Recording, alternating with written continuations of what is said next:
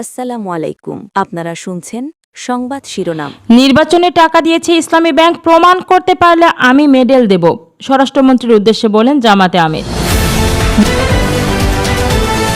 জানিয়ে দেব, হাসনাত আব্দুল্লাহর কাছে এখনো 800 টাকা পায়। এরপর থাকছে স্বরাষ্ট্রমন্ত্রীর বক্তব্য, ভারতীয় মন্ত্রীদের মতো বলছেন জামাত ইসলাম। সর্বশেষ থাকছে পে স্কেল নিয়ে জামাতের প্রস্তাবনায় কোন গ্রেডে কত টাকা বেতন। এতক্ষণ শুনছিলেন সংবাদ শিরোনাম, এখন থাকছে বিস্তারিত। নির্বাচনে টাকা দিয়েছে ইসলামী ব্যাংক, প্রমাণ করতে পারলে আমি তাকে মেডেল দেব, স্বরাষ্ট্রমন্ত্রীর উদ্দেশ্যে বললেন জামাতে আমির। ইসলামী ব্যাংক নিয়ে সংসদে দেওয়া স্বরাষ্ট্রমন্ত্রীর বক্তব্যের সমালোচনা করেছেন বিরোধী দলীয় নেতা ও জামাতে ইসলামীর আমির ডক্টর শফিকুর রহমান। তিনি অভিযোগ করেন, বক্তব্যে পরোক্ষভাবে জামাতকে লক্ষ্য করা হয়েছে, তবে সরাসরি নাম উল্লেখ করা হয়নি। মঙ্গলবার জাতীয় সংসদে ইসলামী ব্যাংকের বর্তমান পরিস্থিতি নিয়ে আলোচনায় অংশ নিয়ে শফিকুর রহমান বলেন, স্বরাষ্ট্রমন্ত্রী যে অভিযোগ তুলেছে তা একটি নির্দিষ্ট দলের দিকে ইঙ্গিত করে। নাম বলে দিলেই পারতেন জামাতে ইসলামী। মাঝে মধ্যে নেকাব খোলা ভালো, এখন খুললেন না কেন, বলেন তিনি। ইসলামী ব্যাংক থেকে 700 কোটি টাকা ঋণ নিয়ে নির্বাচনী তহবিলে অর্থায়নের অভিযোগ প্রসঙ্গে শফিকুর রহমান বলেন, এ অভিযোগে জামাতকে বোঝানো হয়ে থাকলে তিনি তা প্রমাণের চ্যালেঞ্জ দিচ্ছেন। তিনি বলেন, যদি প্রমাণ করতে পারেন আমি ব্যক্তিগতভাবে তাকে মেডেল দেব।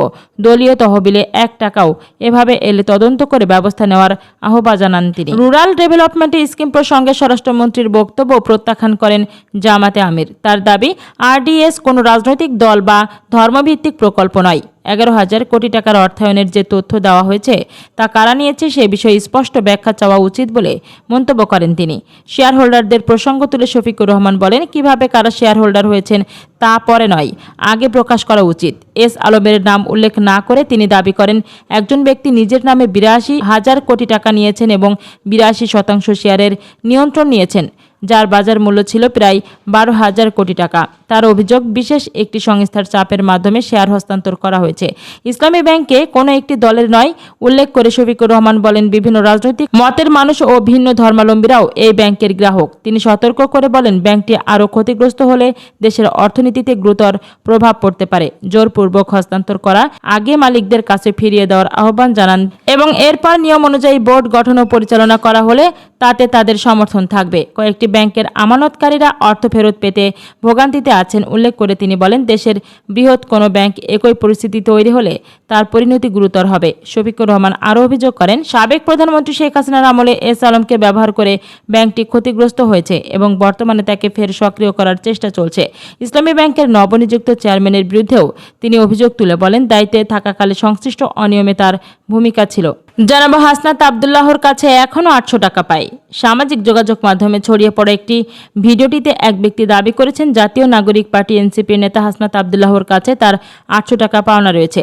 ভাইরাল হওয়া ভিডিওটিতে ওই ব্যক্তিকে বলতে শোনা যায়, আমি এখনও হাসনাত আব্দুল্লাহর কাছে 800 টাকা পাবো। ভার্সিটিতে গাড়ি নিয়ে বসতাম আমি, এসে বলতো, ভাই চা খাওয়ান, মামা চা খাওয়ান, খাওয়াইতাম। ভিডিওর আরেক অংশে তিনি হাসনাত আব্দুল্লাহকেও লক্ষ্য করে বিভিন্ন অভিযোগ ও সমালোচনামূলক মন্তব্য করেন। সেখানে তিনি দাবি করেন, 5 আগস্টের ঘটনার সময় শেখ হাসিনার বাসভবন থেকে মালামাল নেওয়ার প্রসঙ্গে সংশ্লিষ্টতা ছিল এবং বর্তমানে রাজনীতিতেও এ ধরনের ব্যক্তিরা গুরুত্বপূর্ণ অবস্থানে রয়েছেন। তার ভাষায়, সেই চোরের ঘরে চোর 5 আগস্টে শেখ হাসিনার বাড়ি থেকে বস্তা নিয়ে যায়। ওই চোরের ঘরে চোর সংসদে বড় বড় কথা বলে। চোর তো সংসদেই বসে আছে, পবিত্র জায়গাকে অপবিত্র করে ফেলেছে। তবে ভিডিওতে উত্থাপিত অভিযোগগুলোর পক্ষে কোনো প্রমাণ উপস্থাপন করা হয়নি। এছাড়া হাসনাত আব্দুল্লাহ তার পক্ষ থেকেই এ বিষয়ে কোনো আনুষ্ঠানিক প্রতিক্রিয়া পাওয়া যায়নি। সামাজিক যোগাযোগ মাধ্যমে ভিডিওটিতে ব্যাপকভাবে ছড়িয়ে পড়লেও এর বক্তব্যের সত্যতা স্বাধীনভাবে যাচাই করা সম্ভব হয়নি। এরপর থাকছে স্বরাষ্ট্রমন্ত্রীর বক্তব্য, ভারতীয় মন্ত্রীদের মতো বলছেন জামাতে ইসলাম। সীমান্তে হত্যা ও পুশিন ইস্যুতে সরকারের নিষ্ক্রিয়তার তীব্র সমালোচনা করে বাংলাদেশ জামাতে ইসলামীর সহকারী সেক্রেটারি জেনারেল হামিদুর রহমান আজাদ বলেছেন, সীমান্ত পরিস্থিতি নিয়ে স্বরাষ্ট্রমন্ত্রীর বক্তব্য ভারতীয় মন্ত্রীদের বক্তব্যের মতোই শোনাচ্ছে। সরকার দেশের স্বার্থ রক্ষায় ব্যর্থ হয়ে ভিন দেশের স্বার্থ চরিতার্থ করছে। বুধবার 10 জুন রাজধানীর মগবাজারে দলটির কেন্দ্রীয় কার্যালয়ে 11 দলীয় জোটের পক্ষ থেকে দেশের বর্তমান রাজনৈতিক পরিস্থিতি, সীমান্ত ও আইন শৃঙ্খলা নিয়ে আয়োজিত এক সংবাদ সম্মেলনে তিনি এসব কথা বলেন। হামিদুর রহমান আজাদ বলেন, প্রতিবেশী রাষ্ট্র আমাদের সঙ্গে প্রতিবেশীর মতো আচরণ করছে না। কোনো দেশের মানুষ মানুষকে সীমান্তে সরাসরি গুলি করে হত্যার বিধান নেই। এটি মানবাধিকারের সুস্পষ্ট লঙ্ঘন। গত 3 মাসে দেশের বিভিন্ন সীমান্তে অর্ধশতাধিক পুশিনের ঘটনা ঘটেছে এবং 1,500-এরও বেশিবার পুশিনের চেষ্টা করা হয়েছে। তবে বর্ডার গার্ড, বাংলাদেশ বিজিবি এবং দেশপ্রেমিক জনগণের যৌথ ভূমিকার কারণে বড় ধরনের বিপর্যয় রুখে দেওয়া সম্ভব হয়েছে। তিনি সরকারকে দায়িত্বশীল জায়গা থেকে ভিন দেশের স্বার্থ চরিতার্থ না করার আহ্বান জানিয়ে বলেন, যে কোনো মূল্যে পুশিন প্রতিহত করা হবে। দেশের বর্তমান আইনশৃঙ্খলা পরিস্থিতি নিয়ে গভীর উদ্বেগ প্রকাশ করে এই জামাত নেতা জানান, গত 3 মাসে সারা দেশে মোট ফৌজদারি মামলার সংখ্যা 51,000 ছাড়িয়েছে। বিএনপি এর মধ্যেই নিজেদের দলের 18 জন নেতাকর্মীকে খুন করেছে। এমনকি জামাতেরও 4 জনকে খুন করা হয়েছে। আর সরকারের নীরবতাই প্রমাণ করে তারা এসব ঘটনার মদতদাতা। সরকারের 100 দিনের কার্যক্রমের সমালোচনা করে হামিদুর রহমান বলেন, এই সরকারের 100 দিনের দেশ পরিচালনায় জনগণের অধিকার, নির্বাচনী ইশতেহার ও প্রতিশ্রুতি বাস্তবায়নের কোনো প্রতিফল দেখা যায়নি। সরকার এখন অতীতের ফ্যাসিবাদী কায়দায় দেশ পরিচালনা করছে। এই সরকার যে আসলে কোনো সংস্কার চায় না তা ধাপে ধাপে প্রমাণিত হচ্ছে। তিনি আরও বলেন, 12 ফেব্রুয়ারির নির্বাচনে জাতির সংস্কারের যে প্রত্যাশা ছিল তা সম্পূর্ণ বিনষ্ট করা হয়েছে। অন্তর্বর্তী সরকারের কয়েকজন উপদেষ্টা এবং বিএনপির কেউ কেউ জনগণের সেই প্রত্যাশা পূরণ করতে দেয়নি। বিএনপির জনগণের রায় উপেক্ষা করে সংবিধান সংস্কারের শপথ লঙ্ঘন করেছে। অথচ বিরোধী দল হিসেবে আমরা 2টি শপথই রক্ষা করেছিলাম। সংবাদ সম্মেলনে জাতীয় নাগরিক পার্টির এনসিপির মুখ্য সমন্বয়ক নাসরুদ্দিন পাটোয়ারি স্বরাষ্ট্রমন্ত্রীর সীমান্ত সংক্রান্ত বক্তব্য সম্পূর্ণরূপে প্রত্যাখ্যান করে বলেন, সীমান্তের শূন্যরেখার পুশিনের শিকার মানুষেরা বর্তমানে চরম মানবতার জীবনযাপন করছে।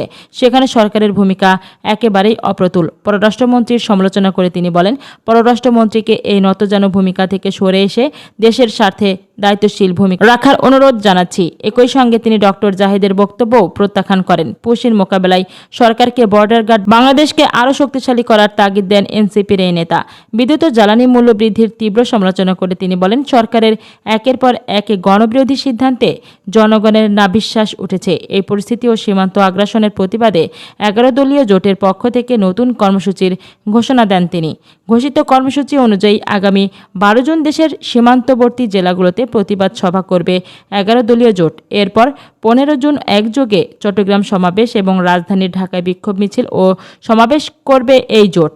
সংসদে ভূমিকা রাখার পাশাপাশি রাজপথেও তাদের 3য় ধাপের এই আন্দোলন চলমান থাকবে বলে সংবাদ সম্মেলনে জানানো হয়। সর্বশেষ জানিয়ে দেব, পে স্কেল নিয়ে জামাতের প্রস্তাবে নাই কত গ্রেডে কত টাকা বেতন।